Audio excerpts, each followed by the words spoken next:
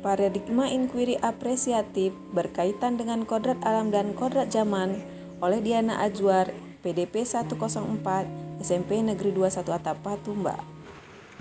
Apa itu paradigma inquiry apresiatif?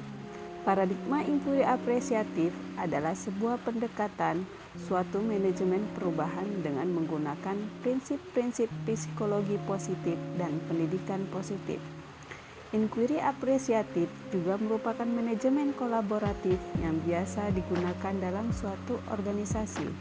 Manajemen perubahan dengan pendekatan inquiry apresiatif merupakan informasi penting berkenaan tentang bagaimana membuat suatu perubahan dalam organisasi dilakukan.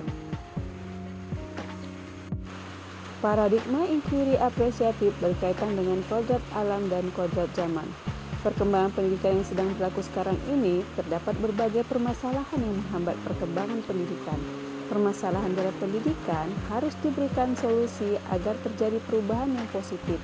Untuk menuju perubahan positif tersebut, haruslah dimulai dengan identifikasi dan analisis dari permasalahan yang terjadi. Sebagai subjek perubahan yang akan diidentifikasi, pemangku kepentingan tidak lepas dari kodrat alam dan kodrat zaman untuk dijadikan bahan pertimbangan, karena perubahan yang positif mengecilkan dampak yang negatif. Peran pendidik dalam kodrat alam dan kodrat zaman. Sebagai pendidik yang nantinya menjadi agen transformasi pendidikan, tentu saja memerlukan teknik pendekatan inquiry apresiatif yang langkah-langkahnya telah diakronimkan dengan istilah BAKJA. Informasi mengenai pendekatan inquiry apresiatif akan membantu guru penggerak dalam menentukan arah perubahan dan meminimalkan dampak negatif dari perubahan.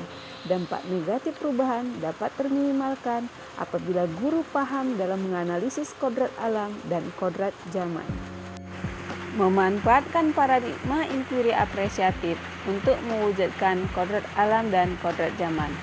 Langkah-langkah dalam paradigma inquiry apresiatif yang disusun berdasarkan akronim BAKJA merupakan upaya sistematis untuk mengetahui apa yang diinginkan perubahan positif. Caranya tentu saja dengan membuat pertanyaan yang berkenaan dengan permasalahan untuk mengenai dan menggali permasalahan lebih dalam, mengambil pelajaran dari apa yang terjadi dan berlaku sebelumnya agar perubahan dapat terjadi positif dan pemangku kepentingan tidak terperosok dalam permasalahan yang sama dan lebih dalam, menggali mimpi ataupun mencari keinginan yang diharapkan lebih baik secara personal maupun komunal, kemudian jabarkan rencana kepada semua pemangku kepentingan yang terlibat agar perubahan dapat terpublikasi, dipahami dan dijalankan secara kolaborasi untuk kepentingan bersama.